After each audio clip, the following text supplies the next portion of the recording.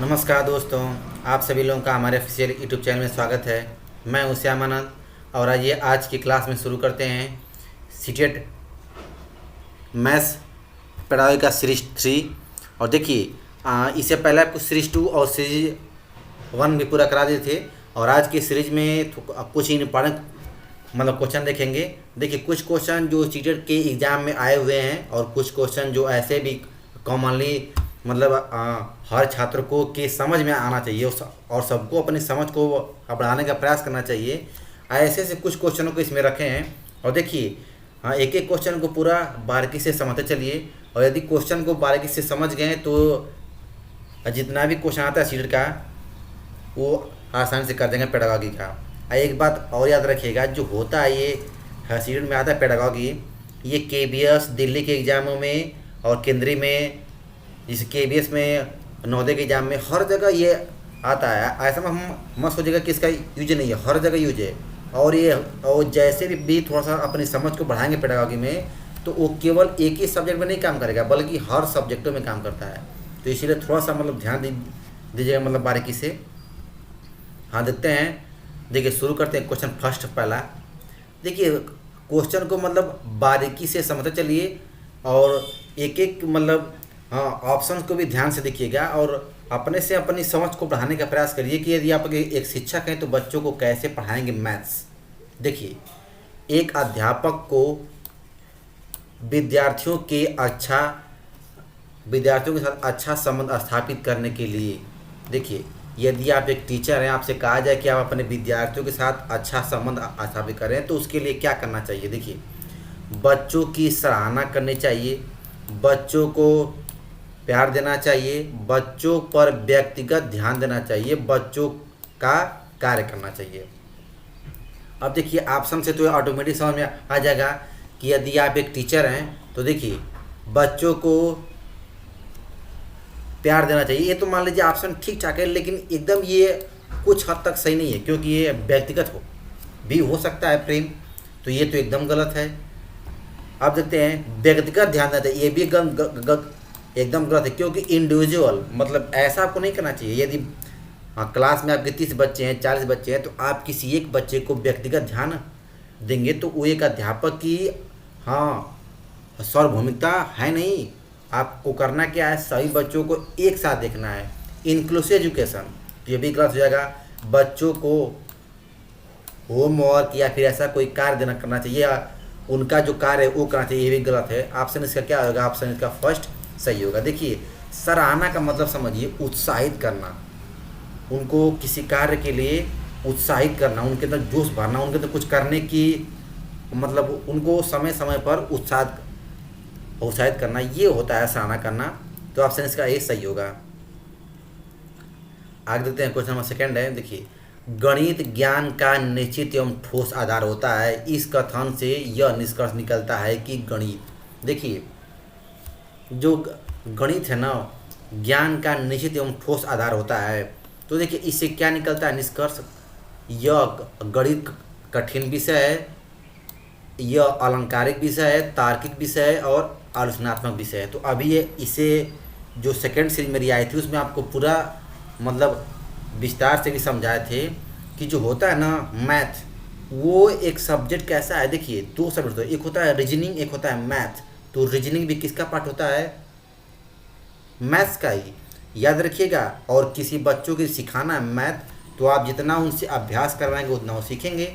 हाँ तो याद रखिएगा जो गणित है वो कैसा विषय है, तार्किक विषय। कैसा है, तार्किक।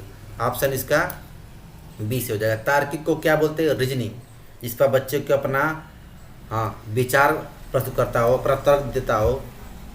तो इसका ऑप्शन सी सही होगा। इसके बाद देखते हैं क्वेश्चन अगला। देखिए गणित शिक्षण का मुख्य उद्देश्य है, बहुत ही इंपॉर्टेंट क्वेश्चन है, पहले तो इसको समझ जाइए। इस तरह के क्वेश्चन एग्जाम में हमेशा आते हैं। आप जिस विषय की तैयारी कर रहे हैं पेडागॉजी की, उस विषय को बच्चों को पढ़ाने का क्या उद्देश्य है ये आपको पहले आना चाहिए। तो देखिए बहुत ही इंपॉर्टेंट क्वेश्चन है। देखिए शिक्षार्थियों में तार्किक चिंतन एवं समस्या समाधान योग्यता का विकास करना, शिक्षार्थियों की भावना का विकास, शिक्षार्थियों का भावात्मक विकास करना, शिक्षार्थियों में गणित के प्रति जिज्ञासा जगाना, शिक्षार्थियों को सदैव अनुशासन में रखना। तो एकदम ये अस्पष्ट है। देखिए इससे पहले बताएं कि गणित से क्या होता है, तार्किक चिंतन और समस्या समाधान करने की क्षमता का विकास होता है। जिसका ऑप्शन ए इसका सही होगा, एकदम करेक्ट है आंसर इसका ऑप्शन ए। आगे देखते क्वेश्चन अगला देखिए, आयतन की अवधारणा को समझाने के लिए निम्न में से उपयुक्त नहीं है। आयतन, यदि आप बच्चों को क्या सिखा रहे हैं, वॉल्यूम, तो देखिए यदि वॉल्यूम सिखाना चाहते हैं तो कौन सा चीज़ इसमें से उपयुक्त नहीं है।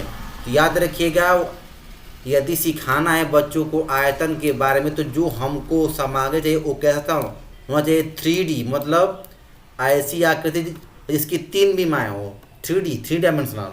तो देखिए गेंद होता है, ठीक है, बॉक्स भी होता है 3D, और देखिए पुस्तक भी होती है, लेकिन धागे का टुकड़ा ये केवल क्या होती है, सिंगल ऐसे होता है ना, तो इसका आयतन नहीं निकलता एकदम। वो बारीकी, उसका लंबाई चौड़ाई, लंबाई तो होता है लेकिन चौड़ाई और ऊंचाई नगण्य होती है, तो यह उपयुक्त नहीं है। ऑप्शन इसका क्या हो जाएगा, ऑप्शन इसका डी सही हो जाएगा।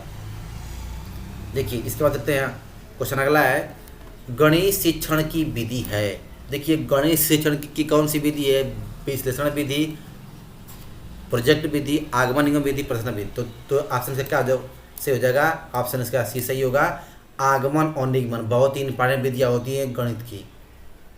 आगमन मतलब क्या होता है, ये छोटे बच्चों के लिए होती है, पहले उदाहरण प्रस्तुत होता है, उसके बाद नियम प्रस्तुत होता है। और क्या होता है निगमन में, यह उच्च स्तरीय बच्चों के लिए प्रयोग की जाती है। इसमें पहले नियम सिखाया जाता है, उसके बाद बच्चों को उसी नियम पर उदाहरण बताए जाते हैं।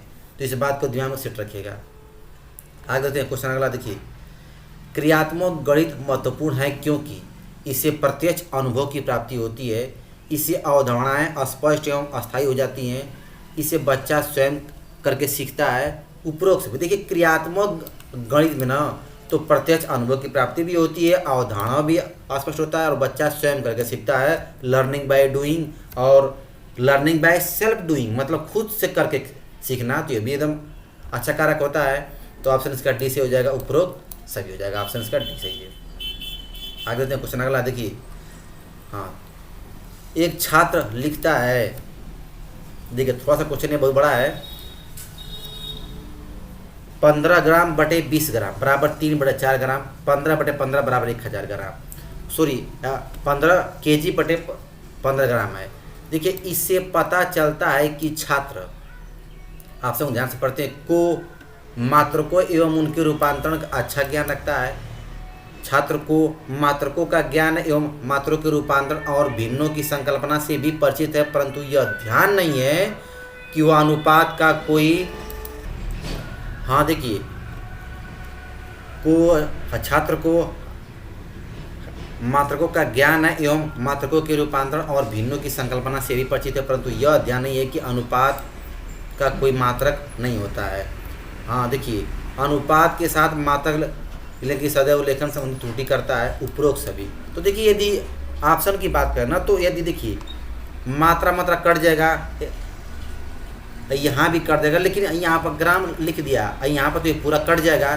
तो जो छात्र को ना उसका मतलब मात्रा का ज्ञान नहीं है, मतलब वो ग्राम को कटा नहीं पा रहा है। तो इसमें से यदि त्रुटि की बात करो तो इसका उपरोक्त से हो जाएगा, इसका ऑप्शन डी इसका सही हो जाएगा, उपरोक्त सभी। आगे देखते हैं क्वेश्चन अगला, निम्न में से किस में सीखने वाला अपने आप को स्वतंत्र महसूस करता है, क्रियाशीलता में, संरचना में, सृजनशीलता में। तो देखिए दो चीज़ याद रखिएगा, जो बालक सृजनशील होते हैं वह स्वयं से समस्या का समाधान करते हैं, वो फ्री होते हैं। और क्रियाशीलता मतलब एकदम सेम इसी में शामिल होता है कि जो बालक स्वयं से कुछ न कुछ करने की क्रिया करते हैं।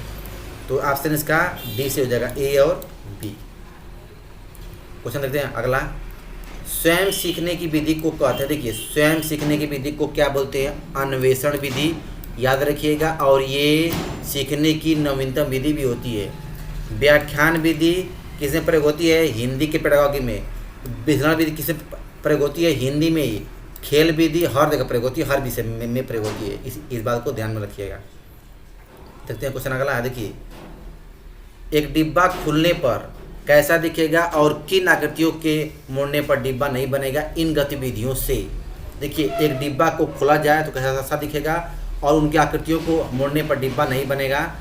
इन गतिविधियों से बच्चों में चतुर्भुज की समझ बढ़ेगी, बच्चों में आकृतियों की मानसिक छवि बनेगा, बच्चों को वस्तुओं की ऊंचाई या मोटाई का ज्ञान होगा, बच्चों को वस्तुओं के नक्शे के विषय में जानकारी मिलेगी। देखिए अब यदि डब्बा की बात करता है तो डब्बा तो चतुर्भुज होगा नहीं, 3 डायमेंशनल भी हो सकता है, 2D भी हो सकता है। तो देखिए इससे क्या मालूम होगा, नक्शे का विषय, ये याद रखिएगा।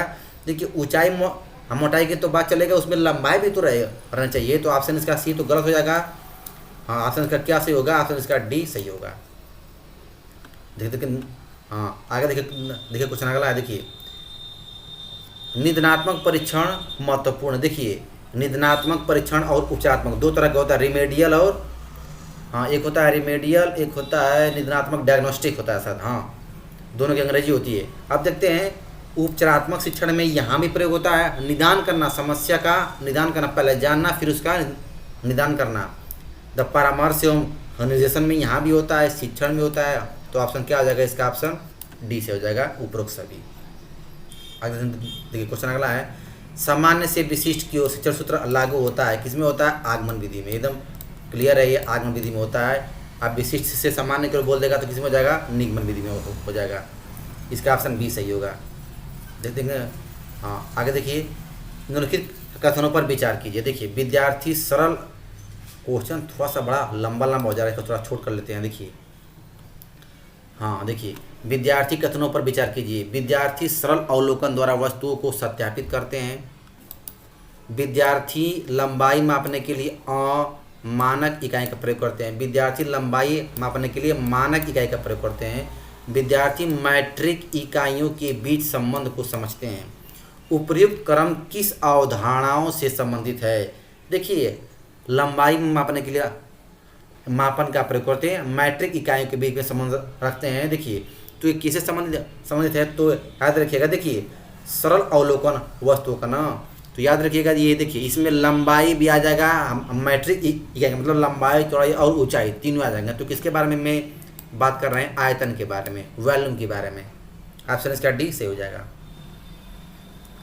देखिए क्वेश्चन अगला है, एक नए अध्यापक को अगर विद्यार्थी सुनना नहीं चाहते तो उस अध्यापक को क्या करना चाहिए।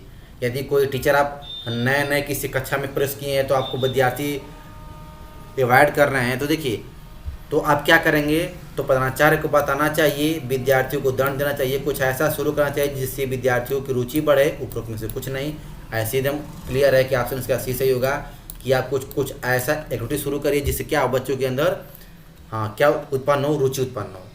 आगे देखते हैं क्वेश्चन अगला है। देखिए अभ्यास शिक्षण से। देखिए यदि अभ्यास शिक्षण की बात करें तो देखिए किसी समस्या को शीघ्र सुलझा लिया जाता है, अधिगम स्थानांतरण में वृद्धि होती है, समस्या को हल करने की समझ में वृद्धि होती है, सैद्धांतिक ज्ञान का उपयोग करने की क्षमता का विकास होता है। देखिए अभ्यास शिक्षण याद रखिएगा, हमेशा जो मैथ्स होता है उसमें हमेशा बच्चों को अभ्यास ही करा जाता है। तो देखिए उससे किसी समस्या को शीघ्र समझने के लिए किया जाता है, अधिगम स्थानांतरण में वृद्धि होती है, समस्या को हल करने की समझ में वृद्धि होती है।